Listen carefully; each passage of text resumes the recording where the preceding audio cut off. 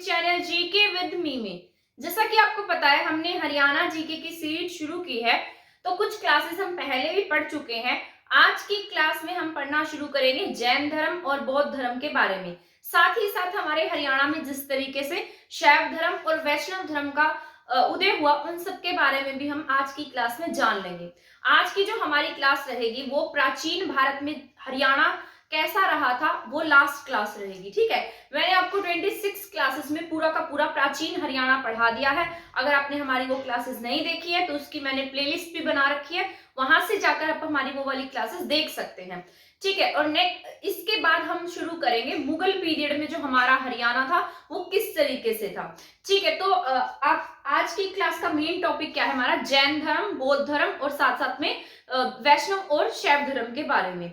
तो इनको पढ़ने से पहले हम जान लेते हैं कि जैन धर्म, बौद्ध धर्म का हमारे हरियाणा में किस तरीके से उद्भव हुआ था। जैन धर्म के बारे में मैंने लिखा है।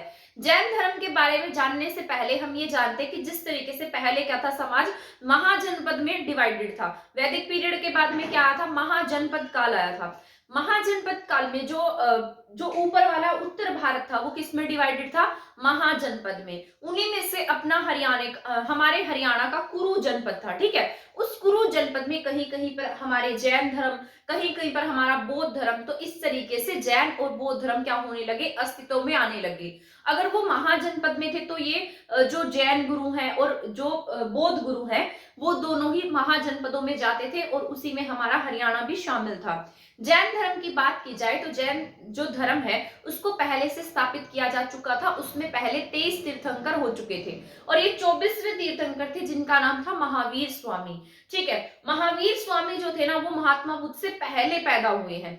ठीक है, तो इनका जो जन्म है ना कहीं कहीं पर डिस्प्यूटेड है, इनके जन्म के बारे में पूर्ण रूप से नहीं पता है। बट कुछ किताबें इनके जन्म को 599 ईसा पूर्व मानती हैं और 599 ईसा पूर्व से 527 ईसा पूर्व तक इनका क्या रहा था, जन्म रहा था। यानी कि 599 में ये पैदा हुए थे और 527 ईसा पूर्व में इनकी डेथ हो गई थी। हम इसको उल्टा क्यों पढ़ते हैं, क्योंकि जो ईसा पूर्व है वो कैसे चलता है, उल्टा चलता था। ठीक है, और ये क्या थे, 24वें तीर्थंकर थे। साथ ही साथ हरियाणा में जैन धर्म का उद्भव बौद्ध धर्म के बाद में हुआ। मैंने आपको बताया है कि जो जैन धर्म है ना वो बौद्ध धर्म के बाद में आया है, लेकिन जो महावीर स्वामी है ना वो महात्मा बुद्ध से पहले पैदा हुए हैं। ठीक है, यानी कि इनसे बड़े हैं ये। लेकिन अगर बात की जाए धर्मों की तो जैन धर्म हरियाणा में बाद में आया है और जो बौद्ध धर्म है वो हरियाणा में पहले आ गया था। तो ये बात आपको याद रखनी है क्योंकि ये दोनों कॉन्ट्राडिक्शन है। पैदा वो पहले हुए हैं लेकिन धर्म कौन सा हरियाणा में पहले आया है, बौद्ध धर्म। इसके बाद बौद्ध धर्म के बाद में, मतलब इसका जो उद्भव है, जैन धर्म का जो उद्भव है वो किसके बाद में हुआ है, बौद्ध धर्म के बाद में हुआ है। जैन धर्म को हरियाणा में प्रसारित करने वाले भिक्षुक का नाम क्या था, लोहाचार्य। क्योंकि ऐसा माना जाता है जो महावीर स्वामी थे ना वो स्वयं तो यहाँ पर नहीं आए थे, लेकिन बाद में इनके जो शिष्य थे जिनमें हरिप्रभा, जैन प्रभा, ठीक है, जैसे लोहाचार्य जी थे, तो इनके नाम प्रमुख है। तो बाद में इनके शिष्यों ने हरियाणा में काम किया और बौद्ध धर्म के समाप्त होने के बाद में हरियाणा में जैन धर्म को लेकर काम किए गए। जिस तरीके से आप झांसी के बारे में पढ़ते हैं, हिसार के बारे में, सिरसा के बारे में, रोहतक के बारे में, इन एरिया में जैन धर्म ज्यादा एक्टिव था।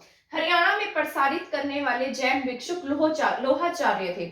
मतलब ये इसके कहने का मतलब ये है कि हरियाणा में जो जैन धर्म को ज्यादा प्रसारित किया उनमें कौन शामिल थे, लोहाचार्य जी थे। तो ये बात क्या कर लेनी है, आपको याद रख लेनी है। जैन भिक्षुक लोहाचार्य ने हरियाणा प्रांत में अग्रोहा के आसपास जैन धर्म प्रसारित किया था। ऐसा भी माना जाता है कि जो जैन धर्म के भिक्षुक थे जिनका नाम था लोहाचार्य जी, ये बहुत दिनों तक अग्रोहा में रहा करते थे और इसीलिए जो अग्रोहा है वो जैन धर्म का प्रमुख केंद्र माना गया है।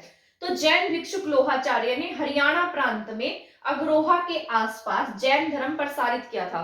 ठीक है, तो अगर आपसे पूछेगा लोहाचार्य जी का जो प्रमुख स्थान है हरियाणा में वो कौन सा रहा था, तो आप क्या टिक कर देंगे, अग्रोहा।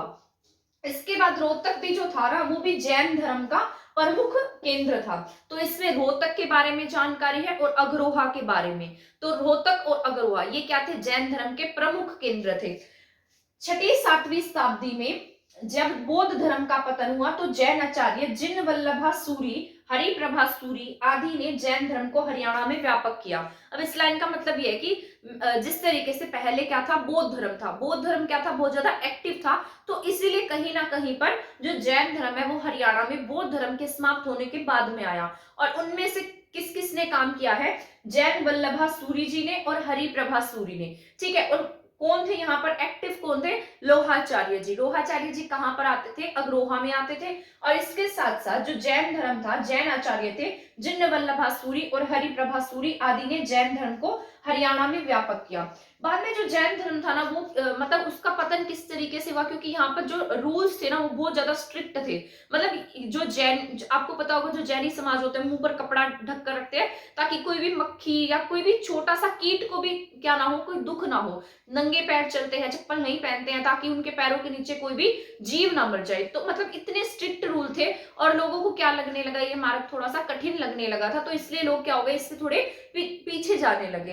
परंतु जो जैन धर्म है ना उसको सबसे ज्यादा किसने माना, जो वैश्य जाति के लोग हैं, जिसे आज हम बनियों के नाम से जानते हैं। तो वैश्य जाति के कुछ लोगों के द्वारा जैन धर्म को ज्यादा अपनाया गया। जो पणी थे, व्यापारी थे, तो उनके द्वारा इसको अपनाया गया। आज भी आप देखेंगे कि हमारे जो हमारा देश है उसमें जैन धर्म के कुछ लोग आपको देखने को मिलेंगे, और वो कौन है, वैश्य समाज के ही लोग हैं, जिन्होंने किसको स्वीकार कर लिया था, जैन धर्म को स्वीकार किया था। इसके बाद हांसी, सिरसा, रोहतक, इसके बाद में क्या है, हांसी में, सिरसा में और रोहतक में जैन धर्म की प्रमुख केंद्र है। यहाँ पर हांसी में तो इनका सेंटर भी है, जो ये क्या है, जैन धर्म का, ठीक है, बहुत बड़ा इनका जो सेंटर सा है वो बना हुआ है। इसके साथ साथ सिरसा, रोहतक भी किसके प्रमुख केंद्र रहे हैं, जैन धर्म के प्रमुख केंद्र रहे हैं। तो आपको ये बातें भूलनी नहीं है। जैन धर्म के साथ साथ हमारे बौद्ध धर्म भी एक्टिव है, परंतु बौद्ध धर्म हमारे हरियाणा में जैन धर्म से पहले आया है। परंतु महावीर स्वामी का जन्म पहले हो गया महात्मा बुद्ध से, यानी कि महावीर स्वामी बड़े हैं महात्मा बुद्ध से, और दोनों किसके टाइम पीरियड, मतलब समकालीन थे, एक दूसरे के पैरेलल चल रहे थे, ठीक है। जिस टाइम पीरियड में हमारे यहाँ किसका शासन था, अजात शत्रु का, बिंबिसार का, उस टाइम पीरियड में ये हुए थे जब हमारे यहाँ पर महाजनपद का उदय होने लगा था। उस टाइम पीरियड में हमारे इंडिया में जैन धर्म, बौद्ध धर्म का बोलबाला था। और बाद में ये धीरे धीरे दूसरी, जैसे कुरु जनपद था, जैसे पांचाल थे, गांधार थे, उन इलाकों में भी एक्टिव होने लगे, वहां पर भी जाकर अपने उपदेश देने लगे। तो ये था हमारा जैन धर्म के बारे में कंप्लीट हमने जान लिया है। इसके बाद हम जानेंगे बौद्ध धर्म के बारे में। जैसा कि मैंने आपको पहले ही बता दिया है कि जो बौद्ध धर्म था ना वो जैन धर्म से पहले आया था, मतलब यहाँ पर इनकी शिक्षाएं पहले दी जाने लगी थी। इसमें इनका जो जन्म है ना ये ऑथेंटिक है, ठीक है। इनकी जो डेट है ना, ये जन्म की और डेथ की, ये ऑथेंटिक है, परंतु महात्मा बुद्ध की जो बर्थ डेट है उसके बारे में थोड़ा डिस्प्यूट है। बौद्ध धर्म जो था वो 563 ईसा पूर्व में पैदा हुए थे, और जो महात्मा बुद्ध थे वो कब पैदा हो गए, 563 ईसा पूर्व में। साथ साथ इनकी जो डेथ है वो 483 ईसा पूर्व में हुई। लगभग 80 साल तक का इन्होंने जीवन जिया है, ठीक है, 80 साल तक इन्होंने अपना जीवन जिया हरियाणा में जैन धर्म से पहले। ये बात बहुत इंपॉर्टेंट है, आपकी याद रख लेनी है, यहाँ पर भी मैंने लिखी है और उस पॉइंट में भी मैंने इसको ऐड किया था। हरियाणा में जैन धर्म से पहले बौद्ध धर्म का आगमन हुआ। तो अगर आपसे पूछा जाता है कि हरियाणा में जैन और बौद्ध धर्मों में से कौन सा धर्म पहले आया था, तो आप क्या टिक कर देंगे, बौद्ध धर्म, ठीक है। हरियाणा में बौद्ध धर्म का प्रमुख केंद्र जहां पर महात्मा बुद्ध स्वयं आए थे। तो ये जो है ना हरियाणा में बौद्ध धर्म का प्रमुख सेंटर क्या है, इसका नाम है कम्मा सदम। क्या नाम है इसका, कम्मा सदम। ऐसा माना जाता है कि जो महात्मा बुद्ध थे ना वो आपके कुरु यानी कि कुरुक्षेत्र की पट्टी में ज्यादा एक्टिव थे।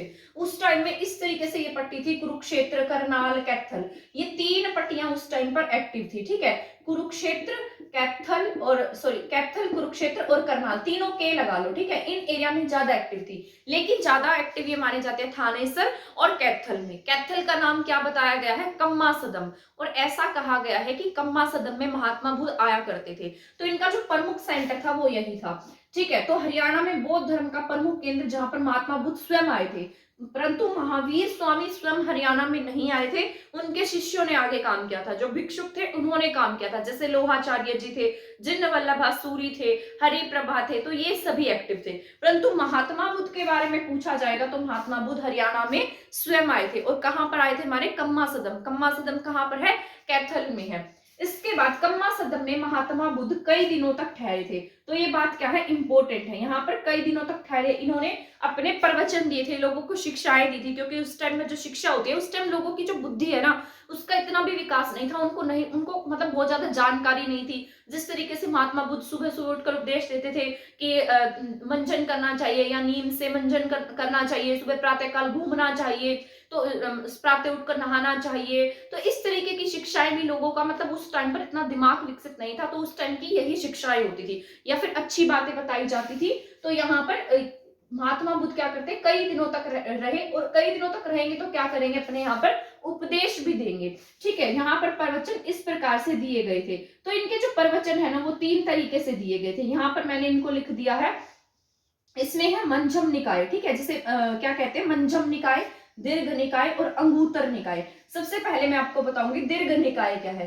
दीर्घ निकाय वो होता था, महात्मा बुद्ध किसी पेड़ के नीचे बैठ जाते थे और पूरा का पूरा दिन क्या देते रहते, उपदेश देते रहते, ज्ञान देते रहते थे, सुबह से शाम तक अपनी बातें लोगों को बताते रहते थे। तो इसी को क्या कहा गया है, दीर्घ निकाय। निकाय का मतलब क्या होता है, टेक्स्ट या फिर स्पीच या फिर उपदेश।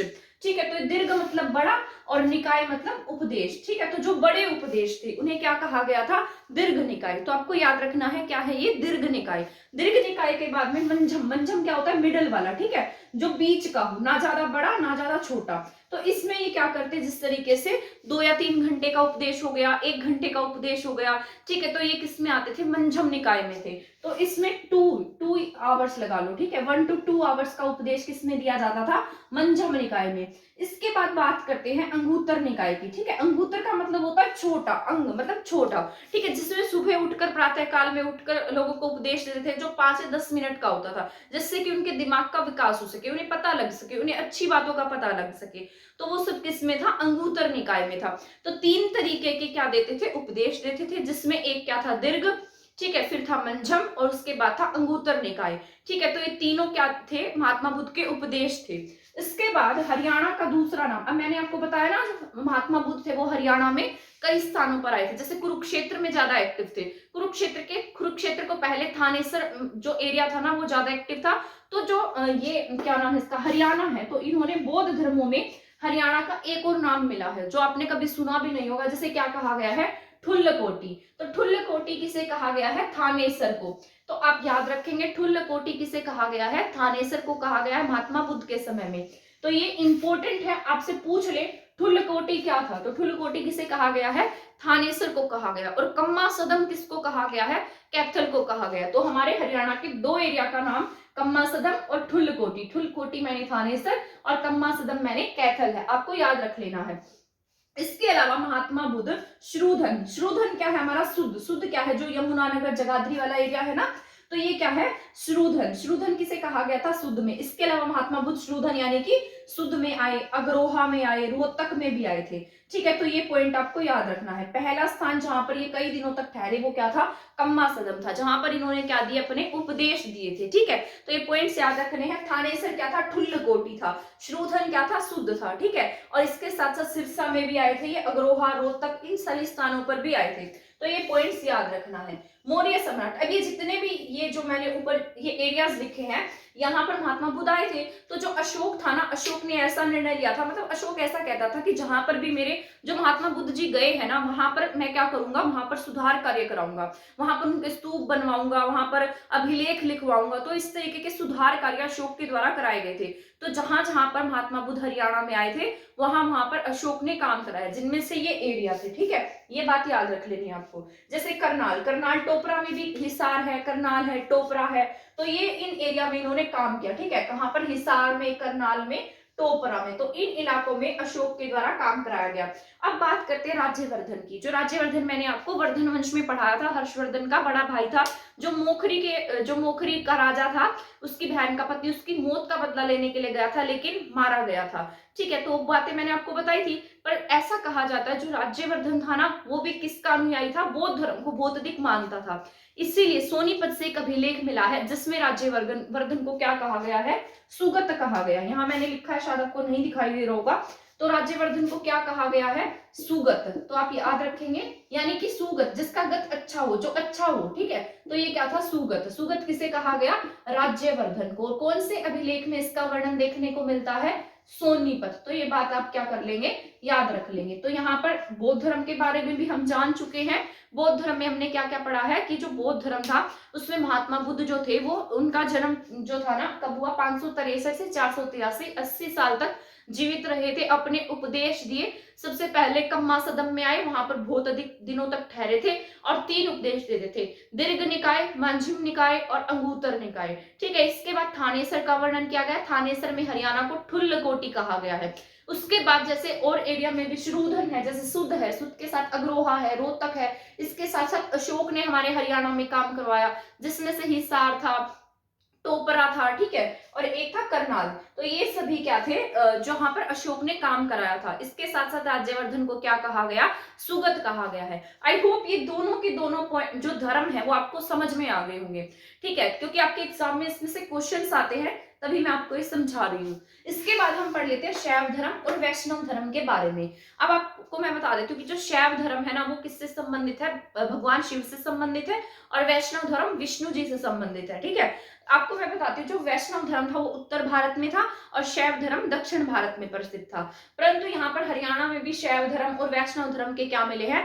मतलब साक्ष्य मिले हैं। जो भगवान शिव की पूजा करते थे, यहाँ तक आते आते जिस तरीके से नर और नारी दोनों की पूजा की जाने लगी थी, आपको पता है हड़प्पा काल में भी मूर्तियां मिली थी, जिसमें से यक्ष की मूर्तियां थी और यक्षिणी की मूर्तियां थी, जो इस बात का प्रमाण देती थी कि यहाँ पर नर और नारी दोनों की ही पूजा की जाती थी। उसी तरीके से शिव की पूजा के साक्ष्य मिले हैं। तो हम पढ़ लेते हैं। उत्तर वैदिक काल में हरियाणा में शैव धर्म अधिक प्रचलित हुआ, ठीक है। तो उत्तर वैदिक पीरियड था जब किसके साक्ष्य मिले हैं? शैव धर्म के साक्ष्य मिले हैं, ठीक है। तो आपको याद रख लेना है। कुनिंदों ने अपना राज्य, यानी कुनिंद थे ना जो कहां पर एक्टिव थे? शिवालिक की रेंज में। अब शिवालिक, इसका मतलब ही क्या होता है? शिवालिक का मतलब क्या है? शिव का अल्ल। तो यहां से आप क्या पता लगा सकते हैं? ये भगवान शिव का घर था, ठीक है। तो इसलिए कुनिंद किसे मानते थे? भगवान शिव को मानते थे। शिव के अल्ले में वो रहते थे। तो कुनिंदों ने अपना राज्य देवश्री किसे बना रखा था? भगवान शिव को बना रखा था, इसलिए उसका नाम क्या था? शिवालिक, शिव का अल्ल, भगवान शिव का घर, ठीक है। तो इन्होंने अपना जो राज्य है वो किसको समर्पित किया हुआ था? भगवान शिव भगवान को, ठीक है। इसके बाद कुषाण आए थे। कुषाणों का राजा कौन था? कनिष्क था। मैंने आपको बताया था ना, जो कनिष्क था बौद्ध धर्म का न्यायी था, ये बौद्ध धर्म को मानता था। इसके समय में भी क्या हुआ है? शैव मत का प्रचार हुआ है, यानी कि जो शिव की भक्ति है ना उसका प्रचार किसके समय में हुआ? कुषाणों के समय में हमें देखने को मिला है। इसके बाद बाणभट्ट किसके दरबारी कवि थे? मैंने आपको बताया था हर्षवर्धन के दरबारी कवि थे बाणभट्ट ने क्या लिखी थी? मैंने आपको बताया था। कमेंट सेक्शन में मुझे बताना कि इसमें कितने टॉपिक थे, कितने चैप्टर्स में लिखी गई थी, और इसके फर्स्ट जो चैप्टर्स थे ना वो किसके बारे में थे और लास्ट चैप्टर किसके बारे में थे। ये क्या थी? इन्होंने जो पुस्तक लिखी थी उसका नाम मैं बता देती हूँ, हर्षचरितम। आप सभी को पता भी होगा, और इसके चैप्टर्स के बारे में आप मेरे को कमेंट सेक्शन में बताएंगे, ठीक है। जो भी कमेंट सेक्शन में आंसर देगा ना उसके जो कमेंट होंगे वो मैं वीडियो में उसका नाम बोलूंगी, ठीक है। तो यहाँ पर उसके अनुसार प्रत्येक घर में शिव की पूजा होती थी। किसकी पूजा होती थी? शिव की। तो आपको ये याद रखना है। बाणभट्ट के अनुसार किसकी पूजा होती थी प्रत्येक घर में? भगवान शिव की पूजा होती थी। तो ये बात आपको याद रख लेनी है। योद्धे जो थे ना, मैंने आपको योद्धियों के बारे में पूरा डिटेल से पढ़ाया हुआ है कि जो योद्धे थे उनकी राजधानी प्रिकर्तनाग थी। वो भगवान शिव के बेटे कार्तिकेय के वाहन मोर को अपने सिक्के पर अंकित करवाते थे, कार्तिकेय की पूजा करते थे। तो ये सब बातें मैंने आपको पढ़ा रखी है। नेक्स्ट क्लास में रिवाइज करा दूंगी, सारा याद आ जाएगा, ठीक है। इसमें योद्धे शिव के पुत्र कार्तिकेय से अधिक प्रभावित थे। तो इनका जो सिंबल है ना वो इनके सिक्कों पर भी देखने को मिला है, ठीक है। तो ये बात आपको याद रख लेनी है। इसके बाद आता है वैष्णव धर्म। ये भी इंपॉर्टेंट है आपका। हरियाणा में क्या एक्टिव था? वैष्णव धर्म भी था। पहली शताब्दी के बाद से हरियाणा में वैष्णव धर्म अधिक प्रचलित हुआ। तो यहाँ पर पहली शताब्दी की बात की जाए तो जिस तरीके से कुषाण था, कुषाणों के बाद में हुआ है यहाँ पर एक्टिव, और शैव धर्म पहले आ गया था उत्तर वैदिक काल के बाद में, ठीक है। उत्तर वैदिक कब था? 1000 से 600 ईसा पूर्व, यानी कि वो तो पहले कितना पहले आ गया, और ये कब आया है? पहली ईस्वी के बाद में, पहली शताब्दी के बाद में, ठीक है। तो यहाँ पर क्या फेमस हुआ है? वैष्णव धर्म, विष्णु धर्म, ठीक है। जो विष्णु के उपासक थे, यानी कि विष्णु की पूजा होने लगी। अल-बरूनी के अनुसार थानेसर में वैष्णव धर्म का अधिक बोलबाला था। अब यहाँ पर जो अल-बरूनी है वो भी क्या है, राइटर है, ठीक है। जो गजनवी के साथ में आए थे, क्या है अल-बरूनी, राइटर है। इसमें अल-बरूनी ने थानेसर में किसका वर्णन बताया है, वैष्णव धर्म का। और ऊपर जो बाणभट्ट था उसने किसका वर्णन बताया, शैव धर्म का। बाणभट्ट कहता था कि हरियाणा के लोग, थानेसर के लोग सबसे ज्यादा किसको मानते थे, हर घर में शिव की पूजा के साक्ष्य मिले, शिव की पूजा करते थे।